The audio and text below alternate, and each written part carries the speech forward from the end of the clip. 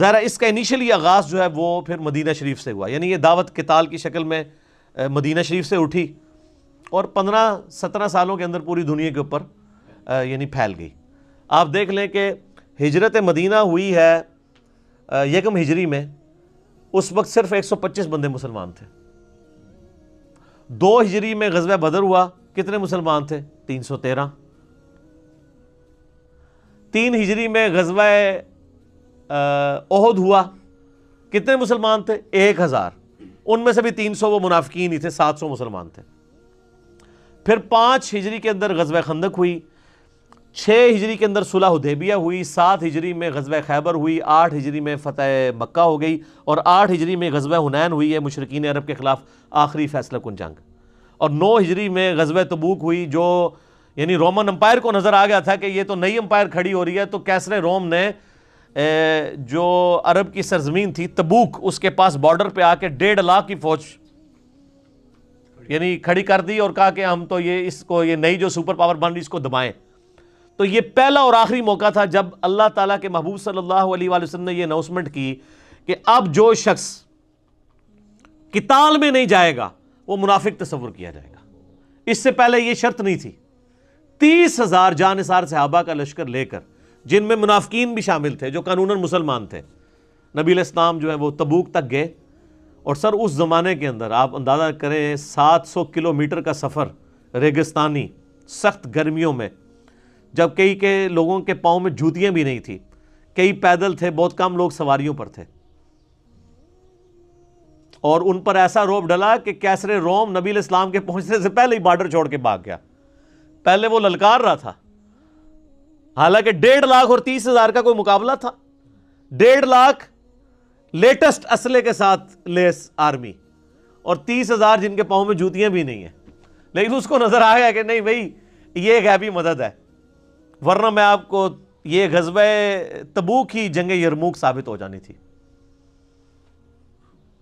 اور پوری دنیا پہ داغ بیٹھ گئی کہ یار رومن امپائر، یعنی آپ دیکھیں کہ بھوٹان فوج لے کے آئے اور امریکہ اپنی فوج پسپا کر لے تو دنیا میں کیسے کھلبلی مچ جائے گی۔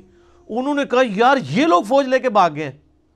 نبی علیہ السلام 40 دن تک وہاں رہے، ارد گرد کے قبائل کے ساتھ آپ نے باقاعدہ معاہدے کیے کہ یا تو نیوٹرل رہو گے یا ہمارا ساتھ دو گے۔ ساروں نے کہا جناب تھوڑی تو طاقت ہی نہیں کسی دی، رومن امپائر نس گئی ہے۔ تو کچھ آپ کے ساتھ مل گئے، کچھ نے کہا ہم جنگ ہوئی تو ہم نہ ان کا ساتھ دیں گے نہ آپ کا۔ پھر نبی علیہ السلام تو دنیا سے تشریف لے گئے اس غزوہ تبوک کے 1.25 سال کے بعد۔ پھر حضرت بکر صدیق کے زمانے کے اندر جو ہے وہ کسریٰ کے خلاف قتال شروع ہوا۔ ظاہر ہے ان پر بھی حجت تمام ہونی تھی، ان کو بھی خطوط لکھے ہوئے تھے، یا تو جزیہ دو یا مطیع ہو جاؤ یا جنگ کے لیے تیار ہو جاؤ، جو سورہ توبہ میں آئے۔ انہوں نے سوچا ہی نہیں تھا، انہوں نے کہا یہ عرب کے بدو یہ تو لوٹ مار کرنے آتے ہیں اور بھاگ کے راتوں رات چلے جاتے ہیں۔ انہوں نے کہا نا، اب ہم لوٹ مار کرنے نہیں آئے ہیں، ہم بھیجے گئے ہیں۔ تو وہ تو ان کو سیریس لے ہی نہیں تھے رہے۔ اچھا یہ جو کسریٰ کے لوگ تھے نا پرشین امپائر کے، یہ یعنی بڑے ٹف ماحول کے عادی تھے۔ عرب کے ٹکر کے اگر کوئی لوگ تھے نا تو وہ کسریٰ کے لوگ تھے، کیونکہ وہ بھی اس ٹف ماحول کے عادی تھے جس طرح عرب کے لوگ عادی تھے۔ یعنی کتنے عرصے تک ریگستانوں میں سفر کرنا اور سارا وہ گرمی کو برداشت کرنا۔ اچھا وہ جب پہنچے ہیں تو آپ دیکھیں عراق فتح ہوا، حضرت خالد بن ولید رضی اللہ تعالیٰ عنہ کو بھیجا سیدنا ابوبکر نے، کرتے کرتے جناب جو ہے نا وہ فتوحات بڑھتی گئی۔ لہٰذا آپ سر عمر سیریز دیکھیں، مولویوں کو چھوڑیں، عمر سیریز دیکھیں آپ نے اگر یہ ریولوشن دیکھنی ہے تو۔ حضرت ابوبکر صدیق وفات پا گئے، حضرت عمر بنے، تو ابھی بالکل فیصلہ کن یعنی دونوں طرف فائنل کھیلے جانے والا تھا۔ آپ دیکھیں کہ مسلمانوں کی تعداد تھوڑی ہے اور دونوں محاذوں پہ حضرت ابوبکر نے اپنے زمانے میں شام کے قتال کے لیے بھی یعنی رومن امپائر کے خلاف بھی جنگ کے لیے فوجیں بھیج دیں، اور عراق تو فتح ہو گیا، کسریٰ کے خلاف بھی بھیج دیں۔ دونوں سپر پاور سے بیک وقت ٹکراؤ۔ اس دوران سیدنا ابوبکر کی وفات ہو گئی، حضرت عمر خلیفہ بنے، اور عین میدان جنگ میں جنگ یرموک ہونے والی تھی۔ خالد ابن ولید چیف آف آرمی سٹاف ہیں، حضرت عمر نے پہلا ڈیسیژن کیا کہ خالد کو ہٹاؤ، اور جناب کھلبلی مچ گئی۔ انہوں نے کیا جناب ساری فتوحات خالد نے کی تھی، انہوں نے کہا میں تہاڈی یہی بت پرستی توڑنی ہے، میں نے تمہاری یہی شخصیت پرستی توڑنی ہے. یہ خالد کی وجہ سے نہیں ہوئی ہے فتح, یہ خالد کے رب کی وجہ سے ہوئی ہے. سر آپ سوچ سکتے ہیں کہ بالکل فائنل میچ کے اندر کیپٹن کو ہٹا دیا جائے. یہ حضرت عمر کا کانفیڈنس تھا. ابو عبیدہ ابن جرح کو بھیجا یرموک کے لیے, اور 4 دن تک جنگ جاری رہی. اللہ تعالیٰ نے مسلمانوں کو فتح دی. اور جو کیسر تھا, رومن امپائر کا جو ہیڈ, جو صدیوں سے وہاں بیٹھا ہوا تھا شام کے اندر, بیت المقدس کو انہوں نے مین سٹی چھوڑ کے چلا گیا, وہاں سے دوبارہ نہیں آ سکا. اور دوسری طرف اس کے فوراً بعد اسی سال میں, جس سال یہ یعنی یرموک ہوئی ہے نا, یہ 17 ہجری کے اندر, اسی سال جنگیں جو ہے وہ قادسیہ بھی لڑی گئی ہے. اب ظاہر مسلمانوں کے پاس فوج تھوڑی تھی. قادسیہ اصل میں ایک مسلمانوں کا امتحان تھا کہ لاکھوں کا لشکر لے کے وہ رستم پہلوان آ گیا. تو پھر حضرت عمر نے باقاعدہ خط لکھا وہاں سے کہ تم وہاں سے فوج جو ہے نا کچھ حصہ یہاں پہ بھی ٹرانسفر کرو, تاکہ, اور یہاں سے اب طے پایا کہ جی اب کس کو قادسیہ کے لیے کس کو لیڈر بنایا جائے. حضرت عمر نے یہ ڈیسیژن کیا کہ میں خود جاؤں گا قادسیہ کے لیے, کیونکہ یہ بہت فیصلہ کن جنگ ہے. یرموک چونکہ مسلمان جیت چکے تھے تو اس کی وجہ سے جو پرشین امپائر ہے اس پہ روب پڑ گیا تھا کہ جناب امریکہ تو نس گیا جائے, ہوں رشیا کی واری ہے. تو رشیا تو روب پہ گیا, جس طرح آج رشیا اور امریکہ. سیدنا عمر نے کہا میں خود جاؤں گا. حضرت علی نے کہا کہ نہیں, نہ آپ نے نہیں جانا. سر یہ نام پتہ نہیں کہاں کہاں ہے. ان کا حضرت آپ کو کچھ ہو گیا تو پیچھے کیا بنے گا. اگر خدا نہ خواستہ مسلمان قادسیہ میں شکست بھی کھا گئے تو آپ پیچھے تو ہوں گے نا. ہم اور عرب قبائل کو جمع کر کے نئی کھیپ روانہ کر دیں گے, ایک اور فیصلہ کو جنگ لڑ لیں گے, اور اگر آپ شہید ہو گئے تو مسلمانوں کا شرازہ بکھر جائے گا. اور سر یہ سیم جو خطبہ ہے نا, یہ نہج البلاغہ میں بھی شیعہ کی کتاب کے اندر موجود ہے, جو میں نے HD کیمرے میں دکھایا ہے. تو سیدنا عمر پھر رک گئے. پھر مشورہ ہوا کس کو بھیجا جائے. اب باقی سینئر صحابہ بھی تیار تھے حضرت علی جانے کے لیے. باقی حضرت عمر جو ہے نا وہ سینئر لوگوں کو اپنے سے دور نہیں کرتے تھے. وہ کہتے تھے نہیں تم لوگ تو مجھے مشورہ دینے والے ہو, تم کو تو میں تمہیں یہاں سے نہیں جانے دینا. بہرحال طے پایا کہ جی یہ جناب شیروں کے مقابلے کے لیے شیر کو بھیجا جائے گا. سعد ابن ابی وقاص, سعد شیر کو بھی کہتے ہیں نا عربی میں, شیر کو بھیجا جائے. سعد ابن ابی وقاص رضی اللہ تعالیٰ, نبی علیہ السلام کے ماموں بھی تھے رشتے میں, یعنی وہ نانکے خاندان سے یعنی رشتے میں ماموں لگتے تھے. سعد ابن وقاص کو حضرت عمر نے بھیجا, اور پھر ساتھ ایک خط بھی پیچھے سے روانہ کیا کہ سعد اس بات پہ نہ کڑنا کہ تو اللہ کے نبی کا ماموں ہے, یاد رکھنا اللہ کا کوئی رشتہ دار نہیں ہے. ہائے ہائے ہائے ہائے, اللہ کا کوئی رشتہ دار نہیں ہے. خدا کے ساتھ کمٹمنٹ شو کرنی ہے اپنی, بزدلی نہیں دکھانی. اور پھر سر سعد ابن ابی وقاص اگرچہ وہاں جا کے بیمار ہو گئے, قلعے میں تھے, خود تو لڑ نہیں سکے, لیکن پوری پلاننگ انہوں نے کی. 4 دن کے اندر اللہ تعالیٰ نے مسلمانوں کو جنگ قادسیہ میں فتح عطا فرمائی. 8,500 مسلمانوں کی قربانی سے 8,500 مسلمان شہید ہوئے, اور ڈیسائسو جنگ تھی. آج ہمیں ان 8,500 بندوں کے نام تو نہیں پتا, لیکن اللہ کے حضور تو وہ امر ہے, جنتوں میں ہے. اور پوری پرشین امپائر مسلمانوں کے قبضے میں آ گئی. رومن امپائر کا تو کچھ حصہ آیا تھا نا, باقی جزیہ دینے پہ آمادہ ہو گئے. پرشین امپائر پوری مسلمانوں کے پاس آ گئی. اور پھر حضرت عمر کا آپ کرائٹیریا دیکھیں کہ انہوں نے پرشین امپائر گری تو عبداللہ ابن مسعود کو چیف جسٹس بنا کے وہاں پہ بھیجا. چیف جسٹس اتنا بڑا ہوتا, آج کا چیف جسٹس نہیں سنبھالا جا رہا, اس زمانے کا چیف جسٹس. حضرت علی کو حجاز میں لگایا جہاں خود تھے حضرت عمر, مدینہ مکہ یہ پورا ایریا ہے. یہاں کے چیف جسٹس علی ابن ابی طالب, جو کسی کی پرواہ نہ کرے. عبداللہ ابن مسعود ایک کاشتکار کا بچہ, غریب صحابی, لیکن نبی علیہ السلام کا وہ لاڈلا. تو پرشین امپائر پہ وہاں پہ بھیجا کہ یہ چیف جسٹس آف کوفہ, اور پورا عراق ایران یہ پورا ایریا یہ ایک ہی ہوتا تھا, عراق ایران کا ٹائی. اور ابو درداء اصحاب صفہ میں سے اس کو رومن امپائر میں چیف جسٹس لگایا. یہ وہ لوگ تھے جو دنیا ادھر سے ادھر ہو جائے نا، یہ کسی معاملے میں کسی کا لحاظ نہیں کرنے والے تھے، حضور کی تربیت یافتہ تھے. اسی لیے آپ دیکھیں حضرت عمر جب تک رہے ہیں نا، مینجمنٹ کمزور نہیں ہوئی ہے. حضرت عمر والی کوالٹیز اگر حضرت عمر کے بعد کسی شخص میں تھی تو وہ حضرت علی میں تھی. اسی لیے کافر بھی کہتے ہیں کہ حضرت عمر کے بعد اگر حضرت عثمان کی جگہ حضرت علی کو خلیفہ چن لیا جاتا تو حضرت ایک عمر ثانی مل جاتا مسلمانوں کو. اور بہرحال وہ خیر ایک علیحدہ سے ایک ٹاپک ہے، یہ چیز غلط ہے. حالانکہ یہاں پہ آپ دیکھ رہے ہیں کہ صراحتاً غلطی ہوئی تھی، اس پہ اللہ نے ڈانٹا بھی ہے، لیکن الٹیمیٹلی حضور کو کہا کہ بس چھوڑ دے، معاف کرے، مشورے میں شامل کریں، آندہ کے لیے بھی آپ یہ کریں. یہ اسی چیز کی نفی کی جا رہی ہے کہ بس یہ اللہ کی طرف سے ایک معاملہ ہونا تھا، تمہارا ڈسپلن لوز ہوا. لیکن سر دیکھیں، یہ غزوہ احد کا ہی ڈسپلن لوز ہوا ہے، اس کے بعد مسلمانوں نے کوئی جنگ نہیں ہاری. یہ ایک واقعہ مستقبل کی جنگوں کے لیے جس میں رومن اور پرشینز کو مسلمانوں نے شکست دے کے صدیوں کی سپر پاورز کو الٹنا تھا، یہ چھوٹی سی بیٹل فیلڈ نے مسلمانوں کو وہ سبق سکھایا کہ وہ بڑی بیٹل فیلڈز میں اگر یہ ڈسپلن لوز کرتے تو کیا قادسیہ میں جو ہے وہ پرشین امپائر کا مقابلہ کر سکتے تھے، یرموک میں رومن امپائر کا مقابلہ کر سکتے تھے، جن کی ریزروڈ آرمیز ہی لاکھوں کے اندر تھیں، جن کے پاس اسلحہ بھی لیٹسٹ تھا. تو یہاں پہ اللہ تعالیٰ نے جو ڈسپلن سکھایا ہے نا، اس کی وجہ سے پھر آگے وہ معاملات چلے.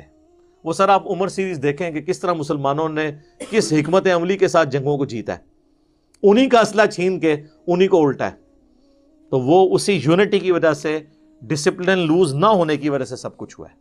آپ دیکھ لیں قادسیہ کے اندر جب مسلمانوں کی فوج پسپا ہو گئی ہے تو حضرت سعد ابن ابی وقاص جو ہیں وہ تو بیمار تھے، وہ تو قلعے میں پیچھے بیٹھے ہوئے تھے، ان کو بہت تیز بخار ہو گیا تھا، اتنے لاغر ہو گئے تھے کہ وہ چل بھی نہیں سکتے تھے. لیکن ایک ایک لمحے کی رپورٹ لے رہے تھے. وہ پرشینز جو ہیں ہاتھی لے کے آگے، اتنے بڑے بڑے عرب کے گھوڑوں نے ہاتھی دیکھے نہیں ہوئے تھے. وہ تو عرب کے گھوڑے جب ہاتھی دیکھتے تھے تو بھاگ جاتے تھے. تو وہ تو مسلمانوں کو ہی کچلنا شروع کر دیا انہوں نے. تو انہوں نے ساتھی نے آگے اطلاع کی کہ حضرت یہ تو وہ تو ہاتھی لے کے، اتنے بڑے بڑے ہاتھی لے کے آگے ہیں.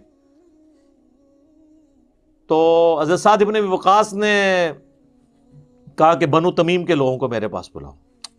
جناب بنو تمیم کے وہ لوگ تھے کہ جو اپنی جان کی پرواہ کیے بغیر بڑے بڑے کارنامے سر انجام دے دیتے تھے. سر انہوں نے گھوڑوں کو کیا سائیڈ پہ کہ گھوڑا تو بدک جاتا ہے، پیدل گئے، کتنے لوگوں کی جان بھی اس میں چلی گئی، کئی لوگ ہاتھی کے نیچے آ کے مر بھی گئے. پیدل جا کے انہوں نے نیزے اپنے ہاتھوں میں پکڑ کے تو وہ جا کے ان ہاتھیوں پہ بیٹھے ہوئے لوگوں کو گرایا، اور بعض ہاتھیوں کو بھی انہوں نے گرایا، اور مسلمانوں نے وہ جنگ جیت لی. 8,500 مسلمان شہید ہوئے. آج ان کے نام بھی ہمیں نہیں پتا. ان کی قربانیاں، ان کے بھی بیوی بچے تھے، ان کا بھی مستقبل تھا، لیکن انہوں نے قربانی دی. آج ان کی قربانیوں کی وجہ سے اسلام ہم تک پہنچا ہے. اور بس ہم نعرہ لگا سکتے ہیں جو کچھ بھی ہیں تیرے محبوب کی امت سے. ان کو جچتا تھا کہ وہ نعرہ لگائیں جو کچھ بھی ہیں تیرے محبوب کی امت سے. دیکھ محبوب کے ساتھ ہم نے وفاداری کی ہے. ہم کہتے ہیں ہم بے وفا ہیں، ٹھگ ہیں، فراڈی ہیں، تو ہم حضور کی نسبت کی سے ہمیں بخش دے. وہ اگر کہتے تو کہتے تھے دیکھ نسبت دی ہے تو ہم پاس بھی لا رہے ہیں اس کا. ہم بالکل الٹ چل رہے ہیں. رضی اللہ عنہم اجمعین وعلیہم السلام اجمعین آمین. جنگ یرموک جو قادسیہ سے پہلے رومن امپائر کے خلاف فیصلہ گن جنگ تھی، اس میں بھی سیدنا عمر نے کہا کہ میں خود جا کے مسلمانوں کو لیڈ کرتا ہوں تاکہ مورائل بلند ہو مسلمانوں کا. تو اس حوالے سے بھی مولا علی سے مشورہ مانگا گیا، اور اس خطبے کی ہیڈنگ کیا ہے؟ وَقَدْ شَاوَرَهُ عمر بن الخطاب فی الخروج الى غزو الروم بنفسه. جب مولا علی علیہ السلام سے مولا عمر نے مشورہ مانگا کہ وہ خود جا کر روم کا غزوہ لڑنا چاہتے ہیں. یہ غزوہ کو جو کہا گیا نا جس میں حضور شریک ہوں صلی اللہ علیہ وآلہ وسلم، وہ غزوہ ہوتا ہے. دوسرا جو ہے وہ سریہ ہوتا ہے. یہ بالکل جھوٹ ہے، محدثین اس فرق کو نہیں مانتے. غزوہ کے لفظ کسی لیے بھی استعمال ہو سکتا ہے. مسئلہ نمبر 127B امام محمد مہدی والے لیکچر کے اندر میں نے اس کے اوپر ڈیٹیل سے گفتگو کی ہے، غزوہ ہند والی حدیث کے اوپر. وہ کہتے ہیں نہیں غزوہ اس لیے کہ نبی صلی اللہ علیہ وسلم خود آ جائیں گے، نعوذ باللہ.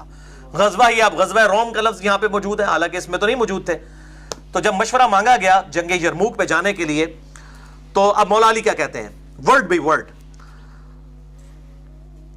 اللہ نے دین والوں کی حدوں کو تقویت پہنچانے اور ان کو ان کی غیر محفوظ جگہوں کو دشمن کی نظر سے بچانے کا ذمہ لے رکھا ہے، وہی خدا اب بھی زندہ و غیر فانی ہے کہ جس نے اس وقت ان کی تائید و نصرت کی تھی جبکہ وہ مسلمان تھوڑے تھے، غزوہ بدر میں تھوڑے سے تھے کہ دشمن ان سے انتقام نہیں لے سکتے تھے، کہ وہ اپنے دشمن سے انتقام نہیں لے سکتے تھے۔ اللہ نے اس وقت بھی مسلمانوں کی مدد کی اور ان کی حفاظت کی جب وہ اتنے کم تھے کہ اپنے کو محفوظ نہیں رکھ سکتے تھے۔ تم اگر خود ان دشمنوں کی طرف بڑھے اور ان سے ٹکرائے اور کسی افتاد میں پڑ گئے تو اس صورت میں مسلمانوں کے لیے دور کے شہروں کے پہلے کوئی ٹھکانہ نہ رہے گا اور نہ تمہارے بعد کوئی ایسی پلٹنے کی جگہ ہوگی کہ اس کی طرف پلٹ سکیں۔ یعنی سیدنا عمر کو کہہ رہے ہیں تو سیدھے تھم ہو ساڑھے تو انو کو جو ہو گیا تو پیچھے کے بڑھے گا۔ اگر وہاں پہ مسلمان شکست کھاتے ہیں تو آپ کی طرف تو آ سکتے ہیں، آپ پھر نئی کمک بھیج سکتے ہیں۔ اگر کسی افتاد میں پڑ گئے تو اس صورت میں مسلمانوں کے لیے دوسرے شہروں کے پہلے کوئی ٹھکانہ نہ رہے گا اور نہ تمہارے بعد کوئی ایسی پلٹنے کی جگہ ہوگی کہ اس کی طرف پلٹ کر آ سکیں۔ تم ان کی طرف اپنی بجائے کوئی تجربہ کار آدمی بھیجو اور اس کے ساتھ اچھی کارکردگی دکھانے والے، خیر خواہی کرنے والے لوگ بھیج دو۔ اگر اللہ نے غلبہ دے دیا تو تم یہی چاہتے ہو، اگر دوسری صورت یعنی شکست ہوئی تو تم لوگوں کے لیے ایک مددگار اور مسلمانوں کے لیے پلٹنے کا مقام ہوگے۔ دیکھو کیا تعریفی کلمات ہیں مولا عمر کے لیے، مولا علی کے، کہ آپ مسلمانوں کے لیے وہ پناہ گاہ ہوں گے کہ اگر شکست ہو بھی گئی یرموک میں تو مسلمان آپ کی طرف پلٹیں گے، آپ جب زندہ و سلامت ہوں گے پھر مورال بلند ہو جائے گا۔ اور اللہ تعالیٰ نے یہ نوبت ہی نہیں آنے دی۔ سیدنا علی کے مشورے پر ابو عبیدہ ابن جراح کو مولا علی علیہ السلام کے مشورے کے بعد مولا عمر نے بھیجا وہاں پر جنگ یرموک میں، اور خالد ابن ولید جو آرمی چیف تھے ان کو معزول کر دیا۔ اور بڑے لوگوں نے کہا فتح کیسے ہوگی؟ انہوں نے کہا یہی تو بتانا چاہ رہا ہوں، خالد ابن ولید کی وجہ سے فتوحات نہیں ہو رہی، رب خالد کی وجہ سے ہو رہی ہے۔ رب الخالد ہے جو، اس کی وجہ سے ہو رہی ہیں فتوحات۔ اور پھر لوگوں نے دیکھا یہاں پہ اگر کسی جونیئر کو آپ آرمی چیف بنا دے باقی سارے استعفے دے کے سائڈ پہ ہو جاتے ہیں، پھر بھی ہم لوگ محب الوطنی کا اور اسلام سے محبت کا دعویٰ کریں تو پھر شرم کا مقام ہے۔ اور یہاں پر دیکھیں سیدنا خالد ابن ولید عام سپاہی کی حیثیت سے لڑے ابو عبیدہ ابن جراح کے نیچے، اور اللہ تعالیٰ نے فتح دے دی جگہ یرموک کے اندر۔ 1.5 لاکھ کی فوج اور مسلمان چند ہزار تھے، اللہ تعالیٰ نے فتح دی، اور یہ اللہ تعالیٰ کا وعدہ تھا۔ اور الحمدللہ ابو عبیدہ ابن جراح رضی اللہ تعالیٰ عنہ علیہ السلام کے ہاتھوں پر یہ فتح قیامت تک کے لیے مسلمانوں کی دعاؤں کا ذریعہ ہے ان کے لیے، کہ اللہ تعالیٰ ان کو جزائے خیر اس حوالے سے عطا فرمائے۔ میرے بھائیوں یہ عمر سیریز عربی میں ہے، اس کا ٹیسٹ بھی عربی میں ہے، اور سب سے بڑی خوبی اس کی میں آپ کو بتاؤں کیا ہے، اس کا تانا بانا پورا قرآن حکیم کے الفاظ کے گرد ہے۔ عرب تو عام زبان میں بھی آپ کو پتا ہے محاورتاً بھی قرآن کے الفاظ بولتے ہیں۔ اب قرآن کی آیت کیا تھی؟ نصر من اللہ و فتح قریب۔ جب وہ یرموک کی خوشخبری دینے آتا ہے نا ابو عبیدہ ابن جراح کا قاصد، وہ کہتا ہے بشرا یا امیر المؤمنین نصر من اللہ و فتح عظیم الیرموک الیرموک، کیونکہ فتح ہو چکی تھی۔ تو آیت کو انہوں نے تھوڑا سا چینج کر کے، تو عرب کے لوگ صحابہ کرام بھی اور آج بھی اکثر قرآن کے الفاظ کو، ایون میں نے امام کعبہ کی تقریریں سنی ہے نا، مسجد بیت الحرام کے اندر بھی مسجد نبوی میں بھی، وہ اکثر جو اپنے الفاظ بھی بول رہے ہوتے ہیں نا، اکثر عربی میں الفاظ کا چناؤ ان کا قرآن سے ہوتا ہے۔ قرآن ایسا رچ بس گیا، اور یہ میرے کلپ بھی انشاءاللہ کچھ دنوں میں اپلوڈ ہوگا، بنا لیا ہے ہم نے وہ، کہ عربی زبان کی حفاظت ہی قرآن نے کی ہے، ورنہ ہر زبان 100 سال کے اندر بدل جاتی ہے۔ میں آپ کو آج سے 100 سال پہلے اردو کی کوئی کتاب دکھاؤں نا، یہ فضائل اعمال کو تو لکھے 60-70 سال ہوئے نا، اس میں بھی کئی اردو کے لفظ ہیں جو آج کے لوگوں کو نہیں آتے ہیں۔ 100 سال کے اندر آلموسٹ ایون شیکسپیئر کی انگریزی آپ نہیں پڑھ سکتے۔ ہر 100 سال میں زبان ایک نیا کروٹ لیتی ہے، لیکن یہ قرآن کی زبان قرآن کی وجہ سے ایسی محفوظ ہوئی ہے، 1400 سال میں کوئی کروٹ نہیں ہے، وہی عربی ہے، قرآن نے فریز کر دیا اس کو۔ تو یہ قرآنک عربی ہے، اور میں نے جو علماء جو ہے نا، میں نے علماء کو بھی عمر سیریز دی ہے۔ ایک اہل حدیث عالم ہے جہلم میں، بہت علمی شخصیت ہے، عربی کتابوں کی پروف ریڈنگ بھی کرتے ہیں، میں نام نہیں بتاتا ان کے لیے مشکل نہ ہو جائے رہنا۔ ان کے لیپ ٹاپ میں نے ان کو کاپی کر کے دی، عربی ان کو بہت زبردست آتی ہے، تو بڑے امپریس ہوئے، کہتے ہیں بڑی شستہ عربی میں فلمائی گئی ہے۔ ظاہر ہے وہ عرب کے لوگوں نے ہی کی ہے نا، گورے اگر انگریزی میں ڈرامہ بنائیں گے تو ظاہر ہے شستہ انگریزی ہوگی نا، پاکستانی انگریزی بولیں گے تو وہ تو نہیں ہوگی نا. پھر عربیوں کی جو عادتیں ہیں وہی ہے, یہ ان کا محاورتاً, ویسے اس کا لفظی ترجمہ ہلاک ہو جائے تو, لیکن یہ محاورتاً بولتے تھے, صحابہ بھی بولتے تھے. اس کا یہ مطلب نہیں تھا کہ واقعی کو بددعا دیتے تھے, جس طرح ہمارے اردو میں بھی وہ لوگ کہہ دیتے ہیں تیرا بیڑا ڈوب جائے اور ٹوٹ پینیا, حالانکہ وہ پیار محبت میں ماں بھی بچے کو کہہ رہی ہوتی ہے. تو عربیوں میں یہ آپ کو اس عمر سیریز میں ملے گا وہی ہے کا. انگریزی والوں نے اس کا ترجمہ ہی نہیں کیا ہوا نیچے, وہ اس لیے کہ وہ اس سے کوئی نیگیٹو سائیکالوجی ڈیولپ ہو سکتی تھی, وہ محاورتاً بات ہے.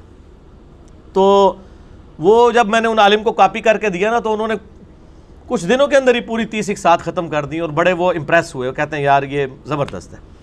اہل حدیث عالم ہے ایک, تو ماشاءاللہ علماء بھی تھوڑی بہت ہماری بات مانتے ہیں, اللہ کا شکر ہے الحمدللہ. اور یہ میں بتاؤں آپ کو حقیقت بات ہے, یہ فلم جو فلمائی گئی ہے نا, ہالی ووڈ کی کوئی فلم پکچرائزیشن میں اس کا مقابلہ نہیں کرتی. ظاہر ہے وہ 21ویں صدی میں فلمائی گئی ہے, بہترین کیمرے ہیں, بہترین میک اپ ہے, ملینز آف ڈالر لگے ہیں.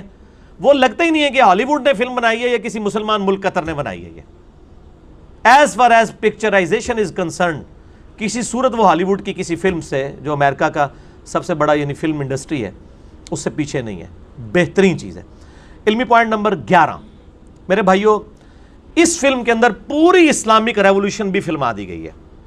آپ کو پتا ہے نبی صلی اللہ علیہ وآلہ وسلم جب آپ نے ہجرت کی ہے, اس وقت صرف 125 بندے مسلمان تھے یکم ہجری میں. 125 بندے, صرف 125. اور دور کتنا, 13 سالہ مکی دور. اگلے 13 سال کے اندر 3 براعظموں میں مسلمانوں کی حکومت تھی. ہجرت میں آپ دیکھیں نا, یکم ہجری کو ہجرت ہوئی, 2 ہجری میں غزوہ بدر, 3 میں غزوہ احد, 5 میں غزوہ خندق, 6 میں صلح حدیبیہ, 7 میں غزوہ خیبر, 8 میں فتح مکہ, اور 8 ہجری میں غزوہ حنین, مشرکین عرب کے خلاف فیصلہ کن جنگ, جب عربیوں نے مان لیا کہ یار یہ نہیں قابو آئیں گے ہمارے. اذا جاء نصر اللہ والفتح ورأیت الناس يدخلون فی دین اللہ افواجا. پھر جوک در جوک, کیونکہ قبائلی سسٹم تھا, انہوں نے کہا یار یہ قریش اب جو غالب ہو چکے ہیں, وہ خود ہی پھر اسلام کلمہ پڑھنا شروع کر دیا انہوں نے. اور 9 ہجری میں غزوہ تبوک, رومن امپائر دنیا کی سب سے بڑی سپر پاور 1.5 لاکھ کی فوج لے کے آ گئی عرب کے بارڈر پہ. نبی علیہ السلام 30,000 جانثار صحابہ کو لے کے گئے. وہ رومن امپائر کا جو ہیڈ تھا کیسر روم, وہ پہنچنے سے پہلے ہی بھاگ گیا. انہوں نے کہا بھائی یہ نہیں, 1.5 لاکھ اور 30,000, اور ان میں سے اکثر لوگ جن کے پاس سواری بھی نہیں ہے, پاؤں میں جوتیاں بھی نہیں ہیں. یرموک کی تو ضرورت ہی نہیں پڑنی تھی, تبوک میں ان کا سارا تلپٹ ہو جانا تھا معاملہ. پھر آپ صلی اللہ علیہ وسلم 40 دن تک وہاں رہے, ارد گرد قبائل کے ساتھ معاہدے کیے, اور واپس تشریف لے آئے کہ یا تو نیوٹرل رہو گے یا ہمارا ساتھ دو گے. سارے دب گئے کہ یار امریکہ بھاگ گیا ہے, یہ کوئی ایسی سپر پاور ہے جسے امریکہ ہی بھاگ. اس ٹائم امریکہ, آج جس طرح امریکہ اور رشیا ہے, اس وقت رشین امپائر, یہ رومن امپائر اور پرشین امپائر تھی. فارس کے لوگ اور رومن امپائر کے لوگ, کیسر و کسرا کہا جاتا. کیسر جو ہے وہ ہیڈ ہوتا تھا رومن امپائر کا, اور کسرا ہوتا تھا پرشین امپائر کا. تو یہ ساری ریولوشن, پھر اس کے بعد سیدنا ابوبکر کے دور کے اندر عراق فتح ہوا, پھر سیدنا ابوبکر فوت ہو گئے, سیدنا عمر کے دور میں جو ہے وہ پھر جنگ یرموک ہوئی رومن امپائر کے خلاف, آخری جنگ, جس کے بعد شام مسلمانوں کے قبضے میں آ گیا, اور وہ کیسر روم شام چھوڑ کے بھاگ گیا. جو صدیوں سے بیٹھے ہوئے تھے وہ پہلے ہی بھاگ گئے. اور پھر اس کے کچھ عرصے کے بعد جنگ قادسیہ ہوئی پرشین امپائر کے خلاف. قادسیہ اور ایران پوری کے پوری پرشین امپائر مسلمانوں کے پاس آ گئی. اور وہ جناب فلم دیکھیں پھر, جو شرموک اور قادسیہ انہوں نے فلمائی ہے.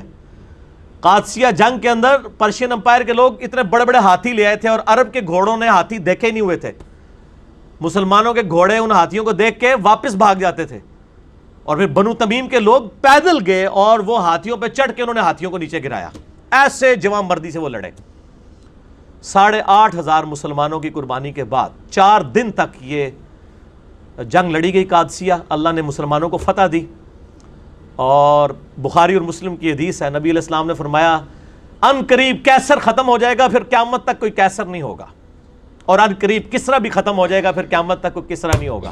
سر دیکھ لیں, آج 1400 سال ہو چکے ہیں, دوبارہ وہ رومن امپائر بھی نہیں بنی, پرشین امپائر بھی نہیں بنی. یہ پروفیسیز ایسے پوری ہوئی. یہ آپ کو اس زمانے میں فلم پہنچا دے گی. آپ لگیں گے کہ آپ یرموک میں بیٹھے ہوئے ہیں جناب. تھکڑ قسم کی فلمیں نہیں جو ساڑی پاکستان دیا ہوندیاں نے, یہ انہوں نے ڈرامہ سیریز MBC والوں نے بنائی.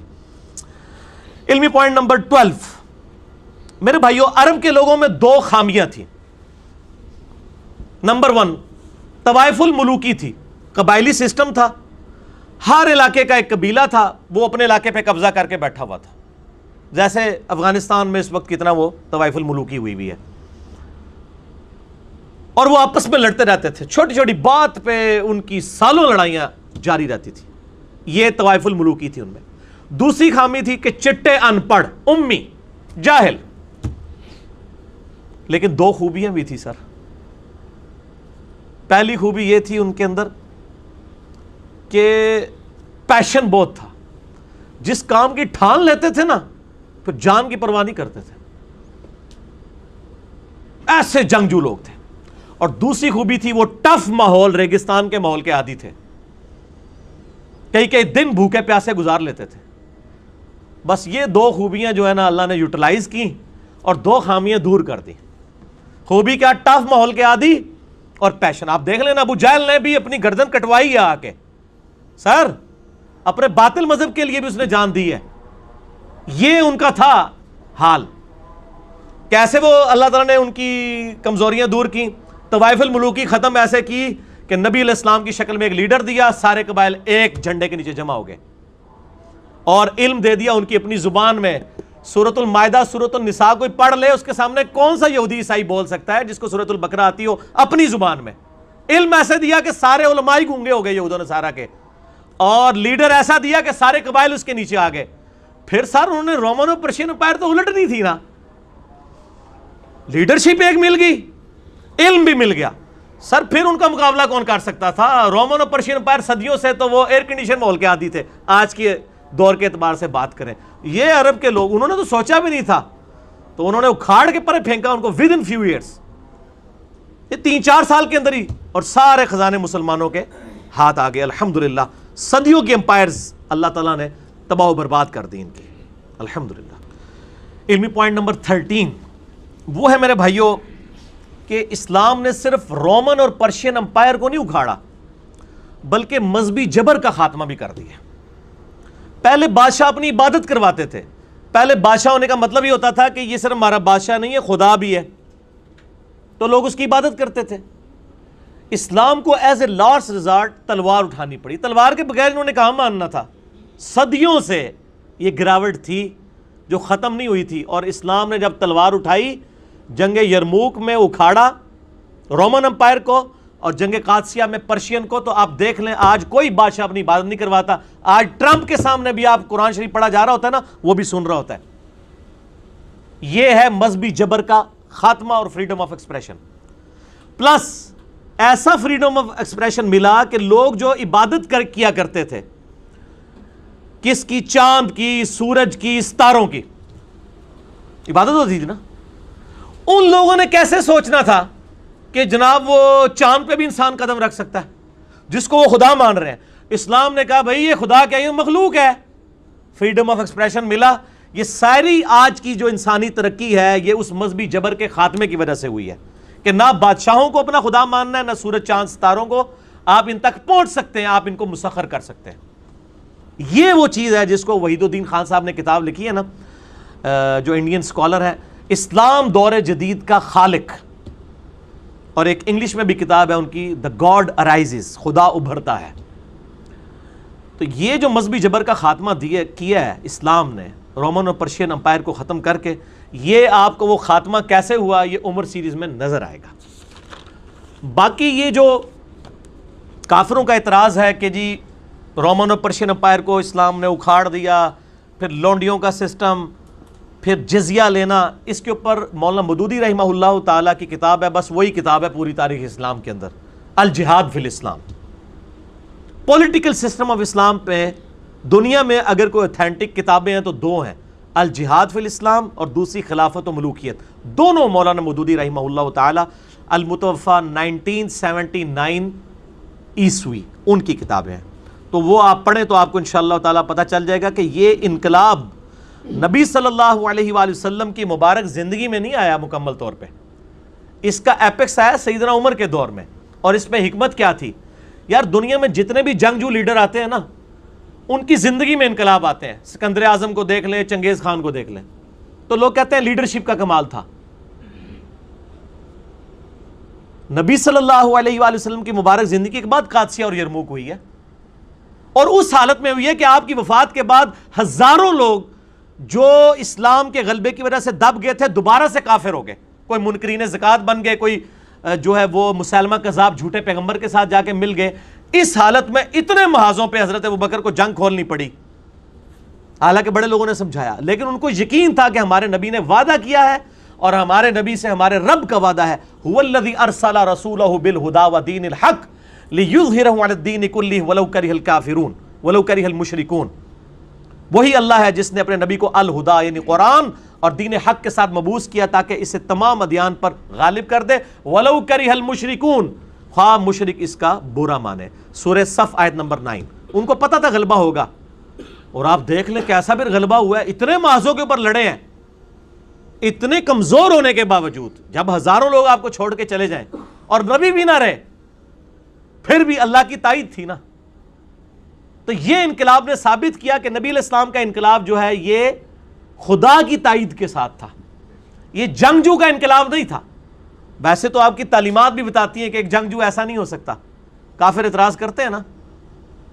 اس میں میرا کلپ بھی تھا، why we Muslim do believe Muhammad صلی اللہ علیہ وآلہ وسلم to be a prophet of God not a warrior.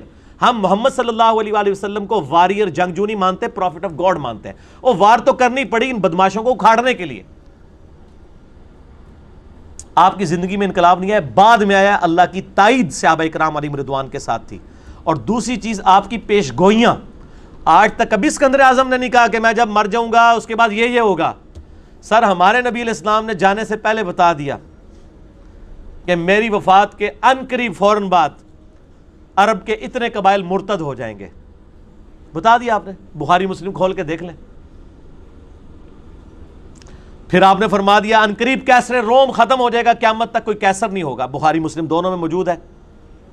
Roman umpire اکھڑ گئی یرموک میں. پھر بخاری مسلم دونوں میں ہے کہ عنقریب کسرا بھی ختم ہو جائے گا، پرشین امپائر بھی، قیامت تک کوئی کسرا نہیں ہوگا. وہ بھی اس کے 4 مہینے کے بعد جنگ قادسیہ میں گھٹنے ٹیک گئی اور سارے خزانے مسلمانوں کے پاس آ گئے. اور پھر اس کے علاوہ جو پروفیسیز ہیں، آپ صلی اللہ علیہ وسلم نے جنگ جمل، صفین، نہروان کے بارے میں ایک ایک چیز بتا دی مولا علی کی حقانیت کے اوپر. سیدنا حسین 50 سال بعد شہید ہوئے، پہلے ہی بتا دیا. یار آپ کسی بندے کے بارے میں بتا سکتے ہیں کہ 50 سال تک زندہ بھی رہے گا کہ نہیں؟ سیدنا حسن گود میں، ان کے بارے میں بتا دیا. پھر 500 600 سال 700 800 سال بعد تک کی پیش گوئیاں بتائیں جو ہم آج تو ہم ماضی میں چیک کر سکتے ہیں نا. صحابہ نے تو بعد میں دیکھی نا، کئی تو انہوں نے دیکھی بھی نہیں. ایون تاتاریوں کے ساتھ جو جنگیں ہیں ان کے بارے میں بخاری مسلم میں حدیثیں پریڈکشنز موجود ہیں جو صحابہ نے تو صرف سنی تھی، ہم نے تو دیکھ لیا، جب ماضی میں دیکھ سکتے ہیں. یہ ساری پروفیسیز پوری ہوئیں. یہ تو سر پھر فرق ہے نا، ایک پروفٹ میں، ایک وارئر میں، ایک جنگجو میں اور ایک پیغمبر میں. تو نبی صلی اللہ علیہ وآلہ وسلم اللہ کے پیغمبر تھے.